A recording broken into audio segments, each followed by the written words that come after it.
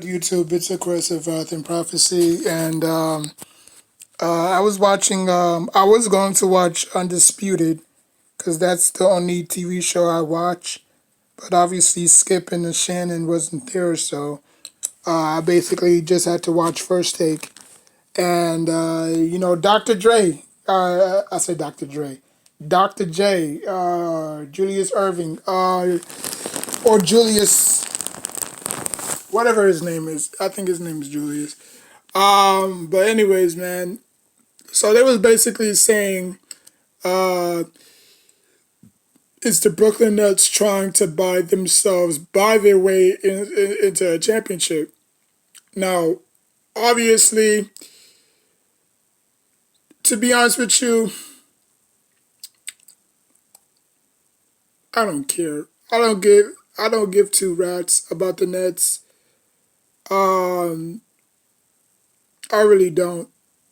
I wish they would probably crawl back to New Jersey and forgive them, beg them to take them back. Because I'm just sick and tired of damn Nets fans, man. Like, y'all some bandwagon fans for real. You know, if y'all would have never, like, think about this. If the Nets would have never did what they did, would y'all still pick them to be favorites in the East? Would y'all still pick them to be, you know, championship material? You know, like if they just would have if they just done KD and Kyrie, would y'all think that they would have made it all the way to the championship just to lose, or probably get bounced out in the first round like they did multiple times? Like, people have to understand the Nets have no championships whatsoever. The last championship they had was not even in the NBA. And at the time, the NBA wasn't even in the NBA wasn't even the NBA that we all know today. You know, when Julius Irving or Julius Doc, whatever, I'm just gonna call him Dr. J. When Dr. J was with the Nets, the NBA wasn't called the NBA. It was called the AAB or the BBA or something like that.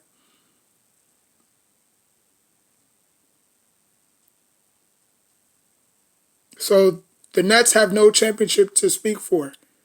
They have been in a drought. If you think about teams that have been winless with no rings, the Browns, the Cleveland Cavaliers, the Philadelphia Eagles, you know what I'm saying? Like, teams that have been in drought without a championship, the Detroit Lions, the Arizona Cardinals, the Carolina Panthers, the Sacramento Kings, the the Pacers, like, all those teams have no championship.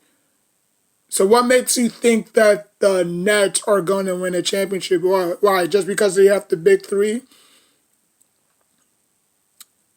In the playoffs, you're going to have to play defense. Like, I've been trying to tell everybody. Everybody's so freaking quick to hop on the bandwagon. Oh, the Nets are going all the way. Oh, the Nets. 99% of the damn not Celtics, Nets fans are bandwagons. They're probably teams from other teams that can't stand their team, so they hop on the next thing that's popping, you know? And of course, if Kyrie and KD went to the Knicks,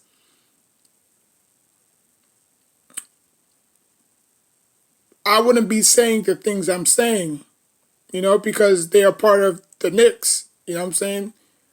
But the fact that they chose Brooklyn, which really I don't really care, because the Nets are really dysfunctional anyways. So, like, you have two great players going to a dysfunctional team. Like, how is that even remotely better?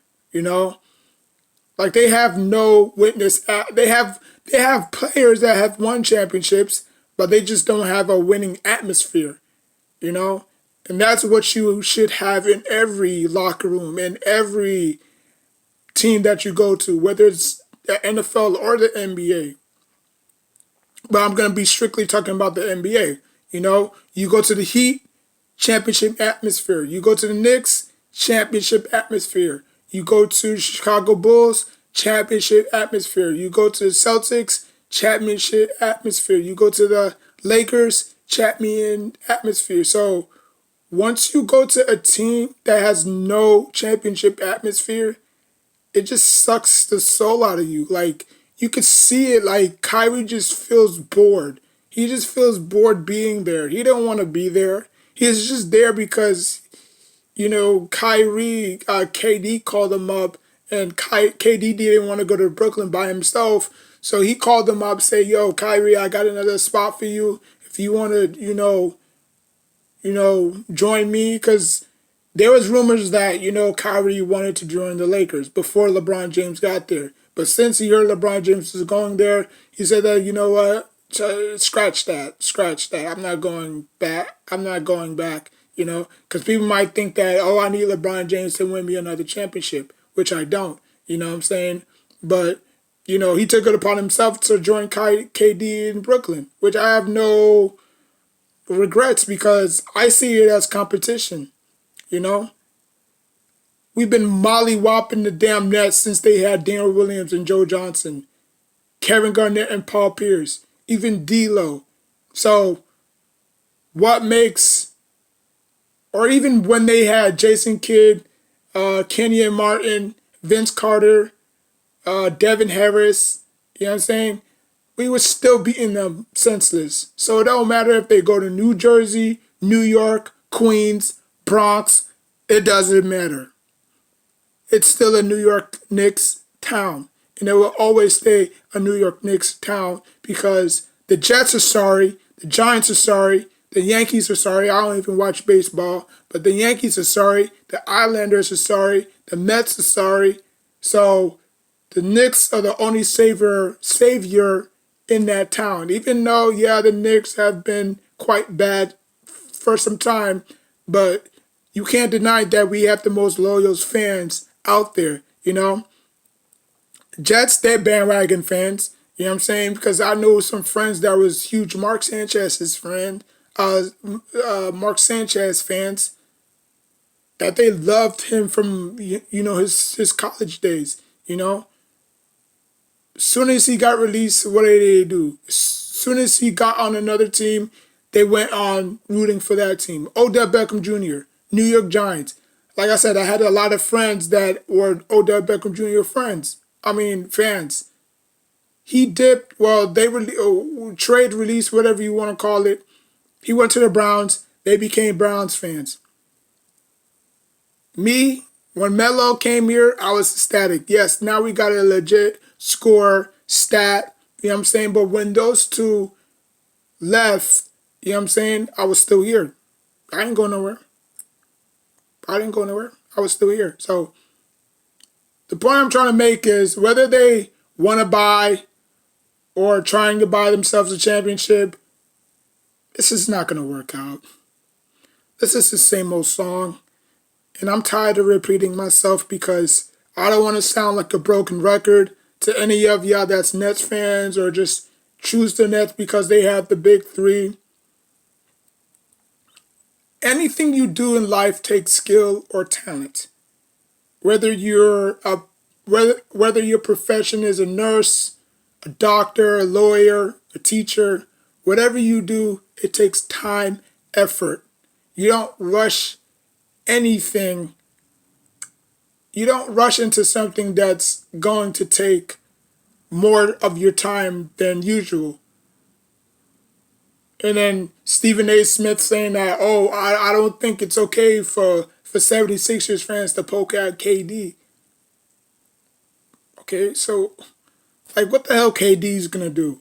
He's gonna come in weak. He's going to come in game one and drop 50. And they still lose by 3 or 4. Like, this is what I say. Defense in the NBA when it comes to playoff time, it's bigger than you think. The atmosphere when it comes to the playoffs dims down a little bit. In the regular season, you could go 0 to 100 real quick. KD can drop 50, 40 each and every week. But in the playoffs, you actually have to play defense. And the Nets are atrocious in defense. Now, People might say, well, maybe they just waiting for the right time to turn it up. Turn what up? And they, and this bugs me too because people just keep saying that, oh, they can turn on the switch when they like, what switch? What are you talking about? There is no damn switch. It's either you get hot or you get cold. That's what I was taught, you know? It's either you get hot or you get cold. There is no switch. What switch are you talking about? You know? And KD is going to have to go out there and play defense, which I highly doubt he doesn't. I'm not saying that KD is a great defender. He's an average at best defender. He's not great. But when he wants to play defense, he can. But he's not going to put all that effort into defense because he knows that nobody can touch him offensively. So why put 100%? Why put 110% on defense when you know that you can literally kill anybody on offense? Because number one, you're 7 feet tall, and number two, you got handles and you got a shot that nobody can even remotely touch. You know what I'm saying? So what they give up, what the Nets give up defensively, they make up for it on offense, which is bad. It's kind of like a bad football team, you know. When you notice when one of those football teams are bad defensively, but you have to hope and pray that your offense can go out there and match them point for point. Or if your offense is bad, you're gonna have to rely on your defense to save you. You know, it's not like there's no balance. You know, it's either your offense is bad, your defense is good. Your defense is bad, your offense is good. You know, like you can have it both ways. You know, because we've seen that from the Chiefs and the Buccaneers. But when the Giants was great again in 2016, the Giants was not even scoring a lot of points. They was averaging what, 13 points a game? It was the defense who was bailing the Giants out all those games. And people want to say, oh, it was Odell. Odell made them. No, what Odell did was make them recognizable. Odell made the Giants relevant because all the TV deals, it was on Monday night games 3 times in a row. You know what I'm saying? As soon as Odell Beckham Jr. left the team, they only had 2 primetime games. When Odell Beckham Jr. was on the team, they had 3 every Sunday, 2 every Monday. You know what I'm saying? So ticket sells, you know? And again, the Nets are gonna have to play defense. There's no turning on because Kyrie don't play defense. He doesn't. I see him all the damn time. He does not play defense. He's just like Kyrie. He's just like KD. He puts so much on offense. He barely cares about playing defense. But in the playoffs, you're gonna have to play defense. Kyrie, James Harden. You know. Now Aldridge. Now you were supposed to have Aldridge, Blake, and then y'all 3. So now y'all don't have. Now that y'all don't have Aldridge, I guess y'all gonna be banking on Green to replace him, right?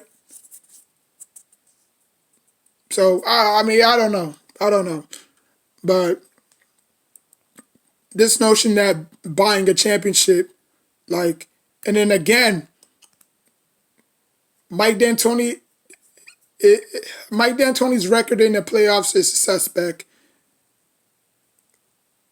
Steve Nash in the playoffs, he was one and done. Even when he had a very good young Amari Stoudemire and Sean Marion, he still couldn't get past the first round. So just because you didn't win the championship as a player, you think that you're gonna pull a Steve Kerr and win it your first? No, no, no, no, no, no, no, no. Now, I would say the one good thing about the Nets, because I don't want people saying that, oh, I'm a Nets hater. I have to because it's rivalry. You know what I'm saying? Like, I'm a Knicks fan, so like, what the hell am I supposed to do? Root for the damn Nets too? Fuck that. But anyways, man, I'll say one thing good about the Nets. Next year, the Nets are going to win the championship. And here's why. Next year, the Nets is going to win the championship because of chemistry. Like I said, right now they only played how many games together? 7. That's not enough to get everybody on the same page. You know, that's not. 7 games is not enough. You're gonna need more than 7 games to get everybody, on the same page. You know, give, Steve Nash 1 year. Because we're not gonna kill him in his first year. So his second year, that's when things are gonna really heat up. Because now that he has a taste of what it is in the playoffs, he could come back. The team could come back hungry, better than ever. Win 53 games or whatever have you. Clinch the first seed, and then you could take it from there. But this year, no, they're not winning it this year. It just seems too blatant. It just seems too obvious. So, and again, Kyrie and KD can opt out their contracts if they choose so. So if they don't win it this year, what makes you think that they're going to stick around? That's another thing Nets fans have to answer. If Kyrie and KD and James Harden don't get it done, James Harden is stuck there for another 3 years, I believe. So Kyrie and KD can dip. Kyrie say, you know what, we tried. You know what I'm saying? Our best wasn't good enough. And then they're going to go home just like they always go home in the first round or second round. You know what I'm saying? But I would advise them to stick around for another year. You know what I'm saying? Now next year they'll have a lot of chemistry, because now they'll be fully healthy and nobody is going to be missing no games and stuff like that. So now they have a whole, chemistry going, because right now they just too inconsistent, They have too much baggage, and teams with baggage do not win championships. Michael Jordan, Scottie Pippen, Kobe, Shaq, they didn't have baggage. Even though they had baggage, they kept it under roof. Like, they didn't let the media expose them for who they are, You got KD going back and forth with Rappaport. You got James Harden in and out the lineup. You got Kyrie bailing his teams out in games, saying that, I'm happy that the bench is like, dude, like, what are you doing? You're banking on the damn bench. And plus, the Nets have the worst bench efficiency in the NBA. So Kyrie, KD, and James Harden is going to have to play extra minutes because their bench is no good. Now that they don't got Aldridge. But don't tell me don't tell me Lob City, 2 halves of Lob City is gonna rescue them. DeAndre Jordan is past his prime. Blake can only do so much, so I don't know. They're gonna have to drop double digits every single time in the playoffs to win. James Harden's gonna have to go for 37. KD's gonna have to go for 40. Kyrie's gonna have to go for 37 in order for them to vastly win, because it's not going to be a one-man show. Everybody's going to have to contribute. So if KD drops a career high 53 points and they lose by 5, then what? Or if Kyrie goes for another 44, 45 points and then they lose, James Harden can go for a career high 61 points. They still lose. So it comes to defense. Like I said, you can stop a nosebleed, but you can never stop a bullet to the head. Just one of the things, Like, anybody can stop a nosebleed, but can you stop a bullet to the head? No. So it referenced back to the Nets. Can the Nets play offense? Of course. But when it comes time to defend, they don't want to do it. Kind of like how Miami didn't have a truly big man. They used Bosh at the center a lot. It didn't necessarily help. They put Haslam in the center. Didn't necessarily help. They put Joel Anthony in there. Didn't necessarily help. Birdman didn't necessarily help. They didn't have a true center until they got Hassan Whiteside, who was blocking shots left and right.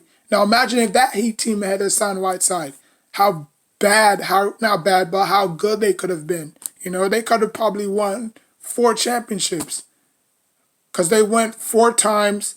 They could have probably won 3 out of 1. You know, that one loss going to the damn Spurs, obviously, because they did face them twice. But I'm just saying, like, if the Heat had a really true big man, you know, it would have solved everything. Because the Heat, I believe the Heat that year had the worst. There was bad in the paint. It really was. They was letting teams slice and dice them, you know. But what worked is because they had LeBron James, Dwayne Wade, and Chris Bosh at the helm. You know, that's what stopped the bleeding. Like I said, that's what stopped the bleeding in the first place because they had those three.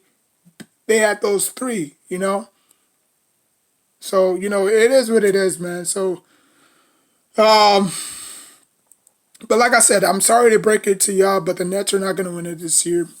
You know, maybe next year. Maybe next year. You know, that's the only good thing I'll probably say about them.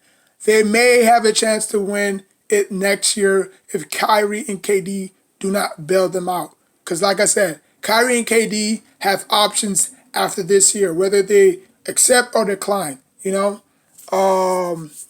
but I believe they will come back because I don't think they're gonna go. Because what else team like what other team